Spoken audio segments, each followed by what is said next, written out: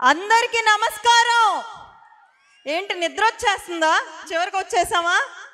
అందరు ఒక్కసారి గట్టిగా నా గొంతు చూసారా ఎలా ఉందో? అందరికీ నమస్కారం, అందరికీ నమస్కారం, అందరికీ నమస్కారం. అమ్మా, నేను మీ ఇంట్లో బిడ్డ లాంటి దాన్నే. నేను ఒక సాఫ్ట్వేర్ ఇంజనీర్నే. చంద్రబాబు నాయుడు గారిని ఎలాగైనా గెలిపించాలని ఉద్యోగాన్ని పక్కన పెట్టి కొన్ని లక్షల మందికి ఉద్యోగం రావాలంటే మనలాంటి వాళ్ళందరూ బయటికి రావాలన్న సంకల్పంతో ఈరోజు మీ అందరి దగ్గరికి రావడం జరిగింది.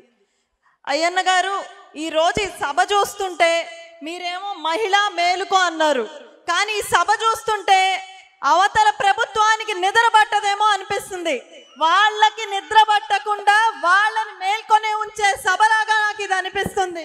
అలాగే వేదిక మీద ఉన్న పెద్దలు, నర్సీపట్నానికి కాబోయే ఎమ్మెల్యే, ఏంటి ఎమ్మెల్యే చాలా మీ అందరికి, మరి ఆంధ్రప్రదేశ్కి కాబోయే మంత్రివర్యులు, అదేవిధంగా పద్మ పెద్దమ్మ గారికి, సీఎం రమేష్ గారికి, ఎంపీ సీఎం రమేష్ గారికి, ఆయన సతీమణి శ్రీదేవి గారికి, మా అందరికీ రాబోయే కాలానికి కాబోయే నాయకుడు మా విజయ్ అన్నకి, అదేవిధంగా సువర్ణ గారికి, దివ్య గారికి, తెలుగుదేశం అధికార ప్రతినిధి మా జోష్న అక్కకి, వేదిక మీద ఉన్న పెద్దలందరికీ, వేదిక కిందున్న మా పెద్దమ్మలు, పిన్నమ్మలు, అక్కలు, చెల్లెమ్మలు, అవ్వలు, మీ అందరికీ పేరు పేరున నమస్కారం. అలాగే కొంతమంది బాబాయిలు, అన్నయ్యలు కూడా వచ్చారు, తాతలు, మీ అందరికి కూడా నమస్కారం. నర్సీపట్నం ఆడపడుచులంటే ఏంటో ఈరోజు అమ్మని పెట్టిన సభకే కూడా అమ్మ మీరు అక్కడ కూర్చోండి అమ్మా, అమ్మ మీరు అక్కడ ఉండండి అమ్మా అన్న పరిస్థితి, భోజనాలు ఉన్నాయమ్మా అని బతలాడుకునే పరిస్థితి. ఈరోజు ఈ సభ చూస్తే ఎలక్షన్ రిజల్ట్ దాకా ఆగక్కర్లేదండి. గెలవబోయేదెవరు, ఎంత మెజారిటీతో గెలవబోతున్నారు అన్నది కూడా మీరు ఈ సభ ద్వారా నిరూపితం చేశారు. అలాగే నేను ఒక్కటే చెప్పాలనుకుంటున్నా, ఈ నేల మన్యం వీరుడు అల్లూరి సీతారామరాజు గారు నడిచిన నేల, ఎంతో ఖనిజ సంపద కలిగిన నేల. ఈ బంగారు నేల పైన ఇంతమంది బంగారు తల్లుల మధ్యలో మాట్లాడడం నా పూర్వజన్మ సుకృతంగా భావిస్తున్నాం. ఆడపిల్లలంటే 10వ తరగతి దాకా చదివిచ్చేద్దాం, ఆ తర్వాత వాళ్ళకి పెళ్ళిళ్ళు చేద్దాం, ఆ తర్వాత పిల్లలు వాళ్ళ జీవితం బాగుపడుతుంటే ఆ జీవితంలోనే మనం ఆనందం చూసుకొని బ్రతకాలి అన్నట్టుగా ఉండేది ఒకప్పుడు ఆడవాళ్ల సంగతి. రాష్ట్రాన్ని, దేశాన్ని, ప్రపంచాన్ని మార్చగల శక్తి మహిళలకు ఉంది అని నమ్మిన నాయకుడు నారా చంద్రబాబు నాయుడు గారు, అని నమ్మిన party Telugu Desam party.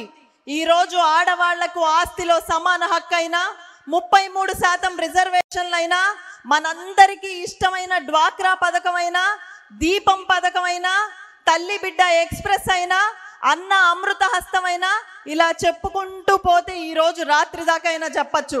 Telugu Desam party మహిళల పక్షపాతి అని చెప్పడానికి ఎన్నో ఉదాహరణలు ఉన్నాయి. ఒకప్పుడు చంద్రబాబు నాయుడు గారు డ్వాక్రా మహిళలని లీడర్షిప్ లెసన్స్ ఇవ్వడానికి బంగ్లాదేశ్కి తీసుకెళ్లి మనందరినీ గర్వంగా నిలబడేలాగా చేస్తే, ఈరోజు ఈ ప్రభుత్వం అదే డ్వాక్రా మహిళల్ని సభల్లో కుర్చీలు నింపడానికి తీసుకొని వస్తుందండి. విశాఖపట్నంలో జరిగిన ఒక సభలో అయితే డ్వాక్రా మహిళలు వచ్చి సెల్ఫీ అప్లోడ్ చేసి వాళ్ళందరూ వాలంటీర్లకి రిపోర్ట్ చేయాలంట. అవునండి, మనం ప్రభుత్వం దగ్గర రుణం తీసుకున్నాం, తిరిగి కడుతున్నాం. మనం వాళ్ళకి బానిసలు కాదు. డ్వాక్రా మహిళలని మహారాణుల్లాగా చూసుకున్న చంద్రబాబు నాయుడు గారు రాబోతున్నారు. మనం బానిసలం కాదు అన్న విషయం మీ అందరూ తప్పకుండా గుర్తుపెట్టుకోవాలి. అదేవిధంగా నేను ఒక్కటే చెప్పాలనుకుంటున్నా అండి, చంద్రబాబు నాయుడు గారు, తెలుగుదేశం పార్టీ మన కోసం, మనందరి కోసం ఈరోజు పథకాలు అయితేనేమి, పార్టీ ఇన్నేళ్లుగా అయితేనేమి మహిళా పక్షపాతిగా ఎన్నో చేసింది. మనందరం ఈరోజు చంద్రబాబు నాయుడు గారిని కలిసి గెలిపించుకోవాల్సిన అవసరం ఉంది. మన కోసం ఇంత చేసిన చంద్రబాబు నాయుడు గారి రుణం తీర్చుకోవాల్సిన సమయం వచ్చింది. చంద్రబాబు నాయుడు గారి కంటి వెంట కన్నీళ్లు చూసిన ప్రభుత్వం ఈరోజు మనం ఖచ్చితంగా కూలదోయాలి. చంద్రబాబు నాయుడు గారి నుంచి ఏదైతే చూడకూడదు అనుకున్నామో ఆ వ్యక్తిని, అంత నిజాయితీగా బ్రతికిన వ్యక్తిని జైలు గోడల మధ్యలో నిర్బంధించిన ఈ ప్రభుత్వాన్ని రాష్ట్రం నుంచి పరిగెత్తి పంపించాల్సిన బాధ్యత మనందరి మీద ఉంది. మహిళలు తలుచుకుంటే ఏదైనా సాధ్యం. జనాభాలో సగం శాతం ఉన్న మనం తలుచుకుంటే ఈ రోజు ఎమ్మెల్యేలు కాదండి, ముఖ్యమంత్రి కూడా దేశం వదిలి వెళ్ళేలాగా చేయగలిగిన సత్తా మనందరిలో ఉంది. అలాగే కొంతమంది అడుగుతున్నారు, అసలు చంద్రబాబు నాయుడు గారిని ఎందుకు గెలిపించాలి అని. దారిలో వస్తుంటే ఒక అవ్వ కనిపించింది. ఏమవ్వ, బాగున్నావా, పెన్షన్ అది అందుతుందా అని అడిగాను. ఎందుకంటే ఫోన్లు వస్తున్నాయి నాకు కూడా, ఏమ్మా పెన్షన్ అందిందా అని. అమ్మ నాకు ఇంకా 29 ఏళ్ళనమ్మా, నాకు అప్పుడే పెన్షన్ రాదు అని చెప్పా.